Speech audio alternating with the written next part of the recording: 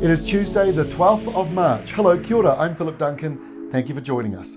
We are forecasting a couple of cold fronts on the way, but the main one coming in this Friday and Saturday does look like it'll bring a bit of rain and shower activity to the country. But unfortunately, for the regions that are driest, you're most likely to miss out on this welcome rain. So we'll break it down for you. It is not all bad news. There are some showers around, but for those places that really do want a decent bit of rain, you may still have to wait a couple more weeks longer.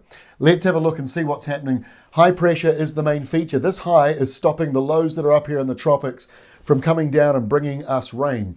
We've got another high south of Australia that is encouraging this big windy sou'wester coupled with low pressure down here next to Antarctica, and that is driving in a cold front here for Tuesday, and then another one coming in later into the week. Obviously before that cold front, a bit windy with the warmer winds coming in from the north.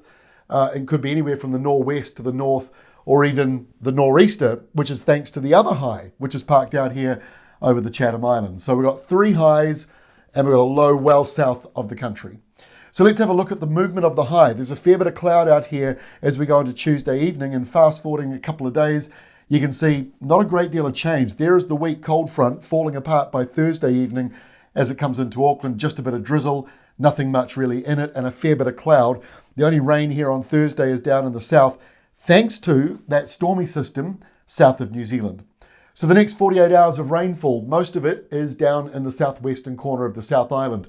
Heaviest rain down around Fiordland. Not a huge amount either, only maybe 30 or 40 millimetres, 10 millimetres or so for Southland. And then elsewhere, it's a mixture of showers. So you might get a bit of drizzle, you might get a light shower, or maybe a slightly heavier one. It just depends on exactly where you live. Slightly heavier falls potentially around Waikato. Remember, that could move up and down a wee bit, might affect Auckland, or it might go a little further south. But that is generally what is forecast for the next couple of days. Not a huge amount, and you can drill down deeper by going to our websites or our new alerting app. Let's have a look at Wednesday. So high pressure all out here. Not much rain coming for dry Norfolk Island, and not much rain coming for the top of the country, but there will be a couple of showers there in that southwesterly flow. That's all that's left over of that cold front, so it is not much at all, just a couple of little light showers. Same story goes for dry parts of Canterbury.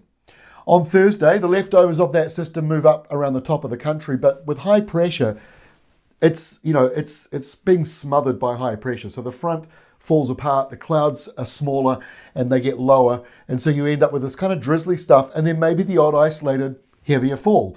So it is a little bit hit and miss, mostly miss as far as the heavier stuff is concerned. Then the westerly winds build up in the South Island, lifting temperatures up on Thursday, and then by Friday, in comes this cold front. Now, it only comes into the lower part of the South Island across Friday morning, and into the afternoon it goes further up the country.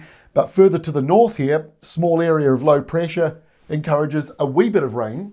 So there's some good news.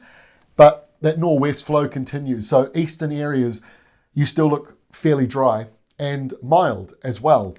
So into Saturday, the whole country is cooler on Saturday. Southerly flow coming in nationwide, might be a little more southwest in some places. And Wellington will be fairly windy as well on Saturday for you. Not too bad for Wellington standards, but you do have a southerly coming in. And then that wet weather slides up the eastern side and also the western sides of the North Island.